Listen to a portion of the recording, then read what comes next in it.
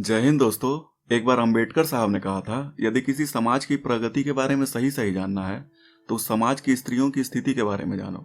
कोई समाज कितना मजबूत हो सकता है इसका अंदाजा इसी बात से लगाया जा सकता है, क्योंकि स्त्रियां किसी भी समाज की आधी आबादी होती हैं।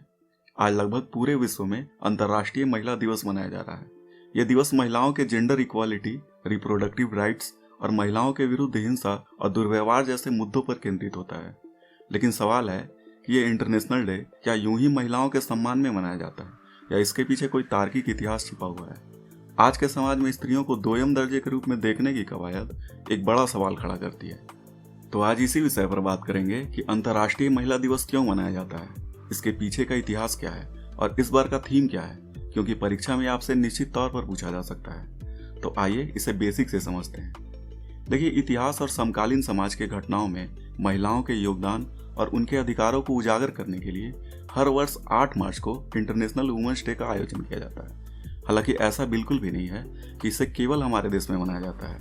इसे लगभग पूरे विश्व में वर्ल्ड वाइड ऑब्जर्व किया जाता है, ताकि महिला सशक्तिकरण के संदर्भ में हर एक आयु वर्ग, धर्म और हर देश की महिलाओं को बिना भेदभाव के सशक्त किया जा सके। इसके लिए यूनाइटेड नेशन हर वर्ष एक थीम भी निर्धारित करती है। इस वर्ष का थीम है digital all innovation and technology for gender equality. इसे याद रखिएगा, हो सकता है परीक्षा में आपसे पूछ लिए जाए। देखिए, यूनाइटेड नेशन का मानना है कि लैंगिक समानता और सभी महिलाओं के सशक्तिकरण के लिए आवश्यक हो जाता है कि इस डिजिटल युग में उन्हें नवाचार और तकनीकी परिवर्तन में इक्वालिटी लाने के लिए इसकी प्रॉपर शिक्षा तथा अवसर की समानता मिले, तभी महिलाएं और बेहतर प्रदर्शन कर सकेंगी। आइए अब संक्षिप्त में जान लेते हैं कि इसके पीछे का इतिहास क्या है या इसे क्यों मनाया जाता है। सबसे पहले महिला दिवस 28 फरवरी 1909 को न्यूयॉर्क में एक सामाजिक कार्यकर्ता थेरेसा मलकिल के सुझाव पर सोशलिस्ट पार्टी ऑफ अमेरिका के द्वारा आयोजित किया गया था। यह आयोजन वुमन गारमेंट्स वर्कर के द्वारा कामकाजी परिस्थितियों के विरोध में किया गया था। हालांकि ये कारण एकदम सत्य है, यह दावे से नहीं कहा जा सकता है, क्योंकि कुछ थिंकरों का मानना है कि इसके पीछे और भी दूसरी परिस्थितियां विद्यमान रही थी। लेकिन ये बात सत्य है कि इसकी शुरुआत न्यूयॉर्क से ही हुई थी।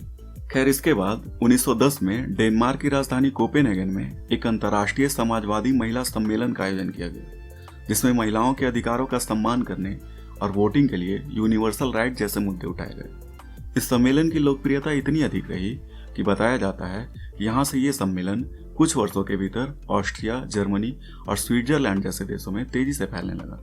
धीरे धीरे महिला सम्मेलन इतना प्रभावी होने लगा कि प्रथम विश्व युद्ध के समय इसे विरोध करने का एक सफल माध्यम समझा जाने लगा। आगे चलकर यह सम्मेलन यूएसएसआर में भी पहुंच गया।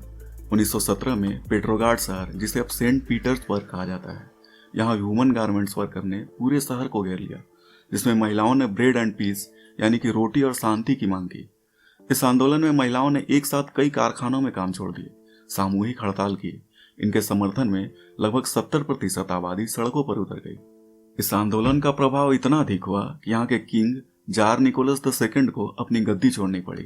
इसके अलावा महिलाओं के वोटिंग राइट्स को भी एक्सेप्ट करना पड़ा।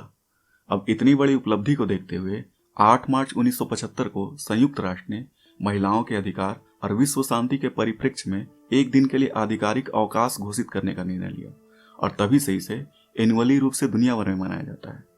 इसके लिए यूनाइटेड नेशन हर वर्ष महिलाओं के वर्तमान स्थिति या अधिकारों को समझते हुए एक विशेष थीम का निर्धारण करती है, ताकि सभी देशों द्वारा महिला सशक्तिकरण की दिशा में एक अहम योगदान निभाया जा सके। हालांकि अभी भी कुछ देशों में इसे ऑफिशियली सेलिब्रेट नहीं किया जाता है।